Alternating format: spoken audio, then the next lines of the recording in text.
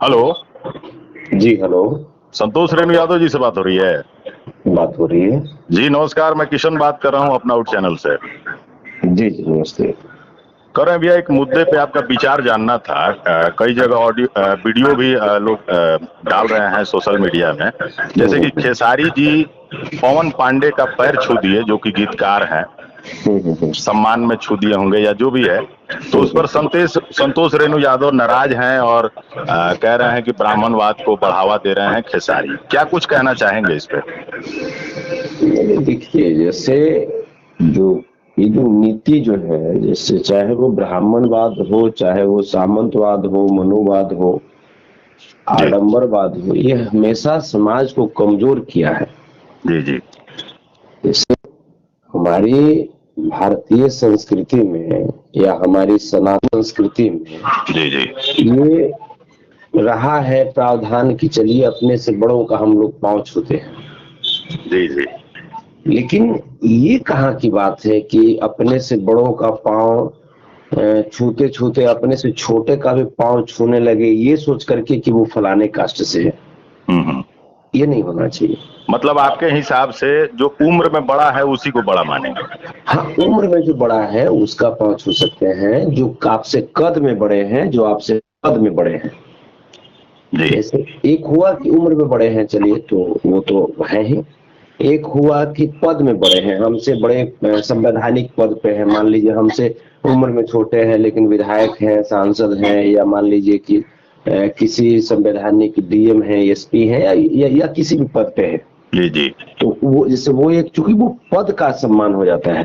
जी जी। या अगर हमसे कद में बड़े हैं, मान लीजिए किसी संवैधानिक पद पे नहीं है, लेकिन जैसे अब अन्ना हजारे जी है, जी। वो तो किसी संवैधानिक पद पे नहीं है। महात्मा गांधी जी किसी संवैधानिक पद पे तो नहीं थे। जी जी। लेकिन उस समय उनके समकालीन जो भी लोग रहे होंगे वो उनका पांव छूते होंगे, क्योंकि उनका कद बहुत बड़ा था समाज में।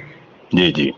तो जैसे कद, पद और उम्र, जी, ये तीन चीजें जो होती है, जहाँ पे आपसे उम्र में बड़े हो या उम्र में छोटे हो, आप वहां पे अगर झुकते हैं, पांव छूते हैं, तो शोभा देता है।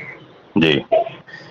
अब ये बातें कि कोई पार्टिकुलर कोई कास्ट ऐसा हो जो कि हमारे माइंड में हो कि नहीं, पर्टिकुलर कोई कास्ट है जिसको वो 1 साल का भी रहेगा तो उसको पैर ही छूना है, तो ये जो है ना, ये कहीं ना कहीं ये मानसिक गुलामी का सूचक होता है, और ये मानसिक गुलामी प्रदर्शित करता है, जो कि हम लोगों को इससे बचना चाहिए। इसी की लड़ाई ना बाबा साहब भीमराव अम्बेडकर लड़े, इसी की लड़ाई परमादरणीय लालू प्रसाद यादव जी लड़े, धरती पुत्र मतलब आपके अनुसार संतोष जी, जो योग्य व्यक्ति है वो किसी भी जाति का है, उसका पैर छूना चाहिए? हाँ हाँ हाँ, अगर आप चाहें तो इस पैर छू सकते हैं, उसमें जाति का बंधन नहीं होना चाहिए। जी। हाँ, योग्य होना चाहिए। लेकिन समाज में तो संतोष जी धारणाएं हैं कि ब्राह्मण समाज के लोग पूजनीय होते हैं, आप इसमें विश्वास नहीं रखते? नहीं, मैंने किस मामले में कोई एक ऑथेंटिक कोई बात बताया तब तो आखिर पूजनीय होते, तो किस मामले में होते हैं? संतोष जी, ब्राह्मण समाज से इतना नाराज क्यों रहते हैं आप? नहीं, ब्राह्मण समाज से नाराज नहीं है, ब्राह्मणवाद से हम नाराज है, सामंतवाद से नाराज है। जी। कोई समाज गलत थोड़े होता है, उस समाज की नीति जो होती है, कोई व्यक्ति गलत नहीं होता, व्यक्ति की नीति गलत होती है। जी जी। तो हम ब्राह्मण समाज से नाराज नहीं है। अभी हाल फिलहाल में अभी मनोज झा जी जैसे जो पार्लियामेंट में जो बातें कही थी उन्होंने ठाकुरों के बारे में, तो हमने तो उनका समर्थन किया था, वो भी ब्राह्मण है। जी। तो ब्राह्मण समाज से हम ऐसा नहीं है कि नाराज है।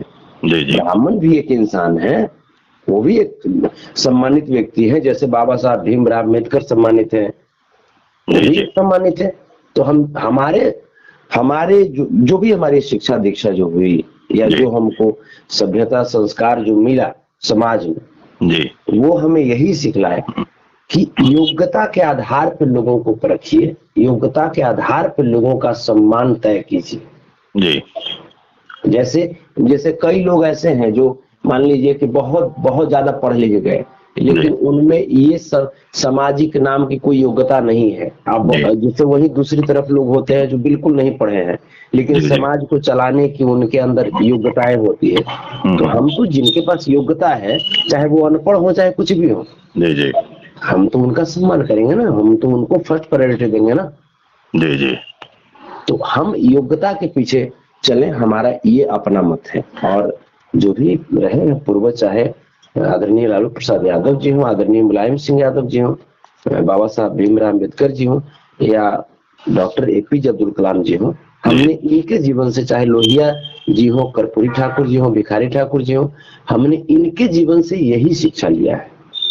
तो संतोष जी, आप हमेशा कहते हैं कि खेसारी जी मेरे भाई हैं, तो इन सब मसलों पे खेसारी जी को कभी आप समझाए नहीं, बताए नहीं कि क्या गलत है क्या सही है? इस मसले पर भी खेसारी जी को कुछ कहना चाहेंगे?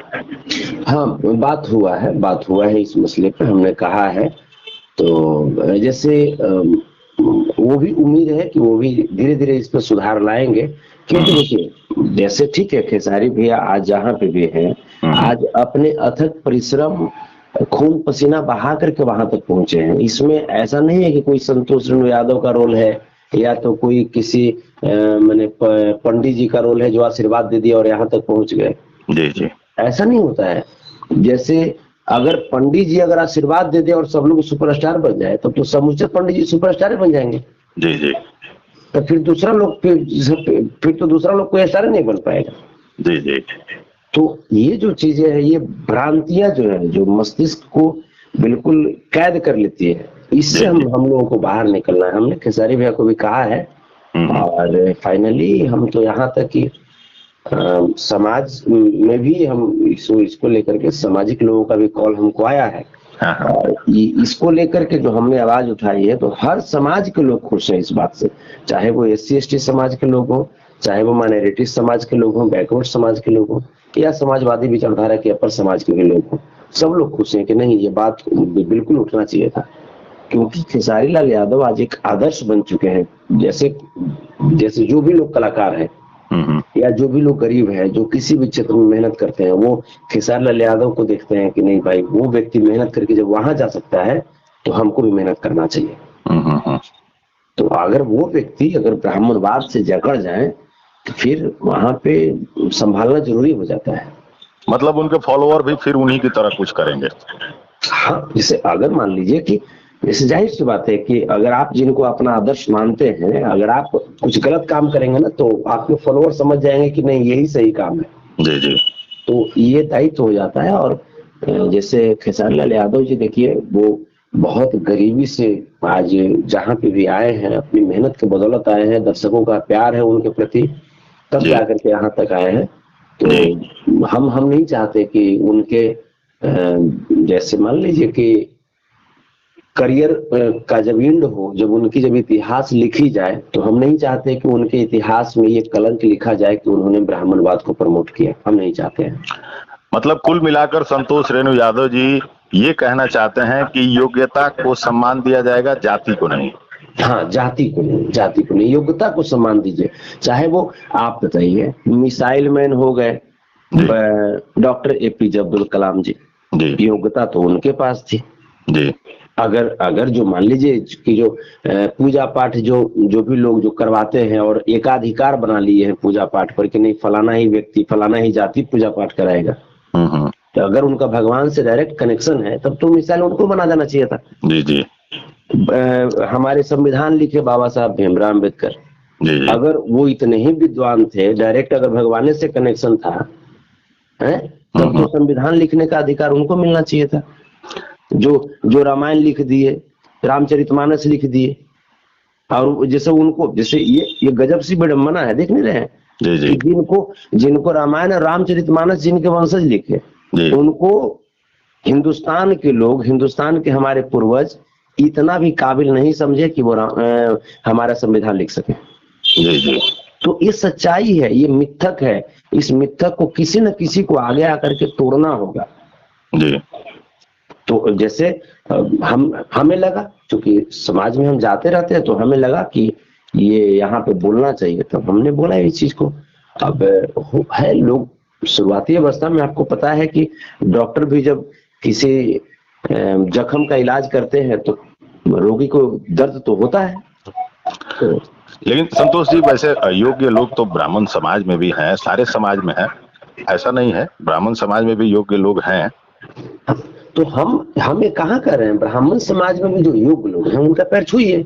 जी जी जैसे खेसारी लाल यादव जी, कमलाकांत मिश्र जो उनके गुरु हैं, उनका वो पैर छूते हैं, हमको अच्छा लगता है, होना चाहिए जी ये होना चाहिए।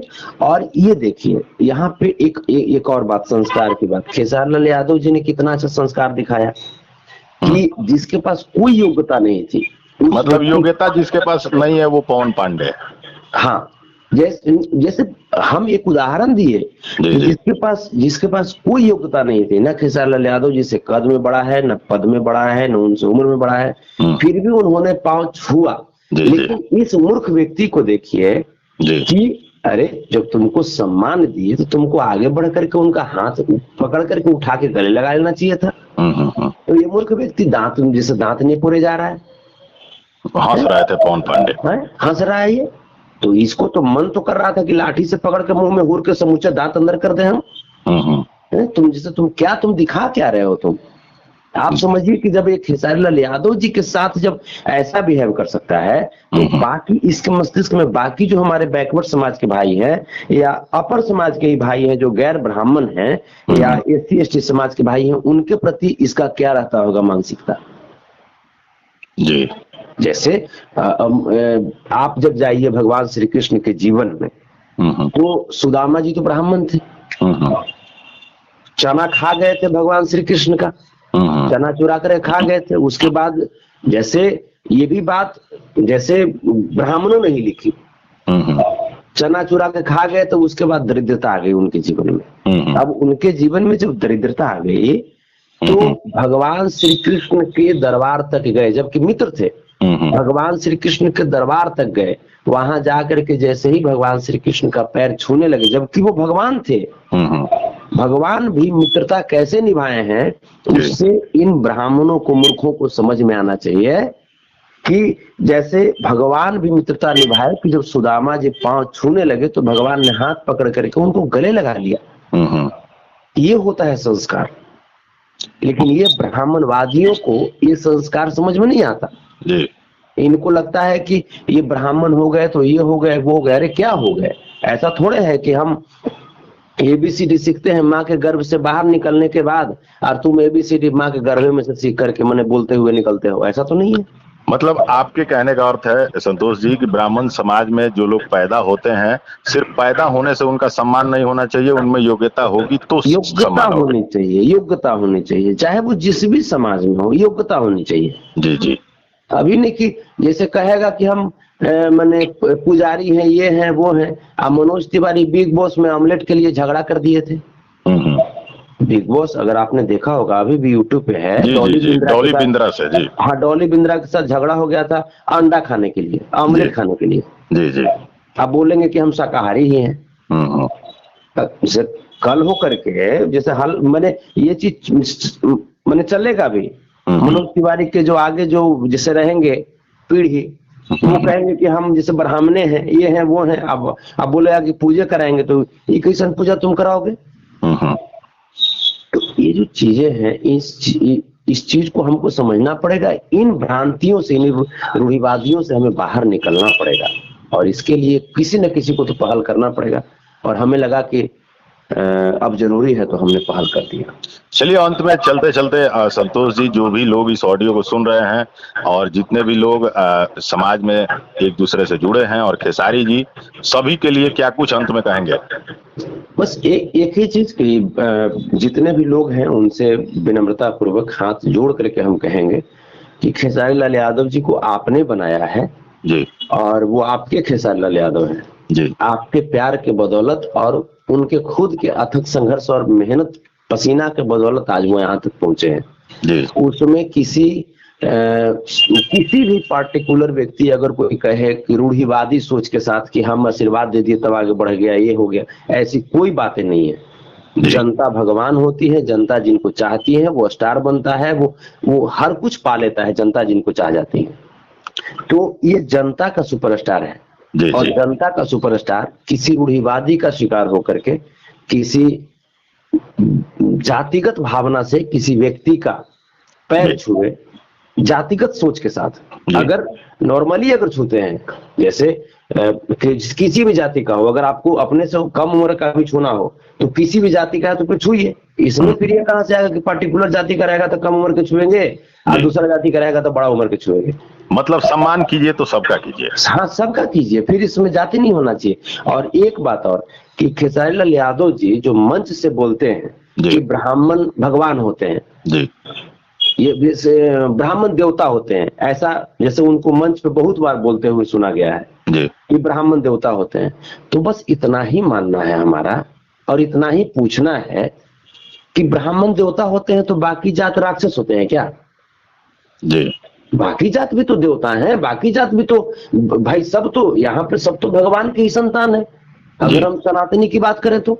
जी, जी, तो जब किसी पार्टिकुलर जब व्यक्ति को, किसी पार्टिकुलर कास्ट को आप देवता बना रहे हैं तो देवता बना रहे हैं, तब हम तो भगवान श्री कृष्ण के वंशज हैं, तो हमारे तो कुल, हमारे तो इष्ट जो है वो तो भगवान रहे हैं, तो हम अपने आप को भगवान मानने लगे हैं। संतोष जी, कुछ लोग कहते हैं कि आप यानी कि संतोष रेणु यादव जो है कि सनातन धर्म विश्वास नहीं रखते हैं, धर्म के खिलाफ बोलते हैं, बागेश्वर बाबा पे भड़क जाते हैं, इस तरह के इल्जाम क्यों लगते हैं आप पे? देखिए, कहने का मतलब मेरा, अब ये बागेश्वर बाबा है तो इसको कौन सर्टिफिकेट दे दिया कि ये बाबा है? जी, हमारे यहाँ होम गार्ड के नौकरी के लिए भी हमारे भाइयों को 7वां 8वां क्लास में जाना पड़ता है, 10वां क्लास तक पढ़ना पड़ता है जी, तो बाबागिरी के लिए कैसे मान लिया जाए कि मने भाई बाबा है?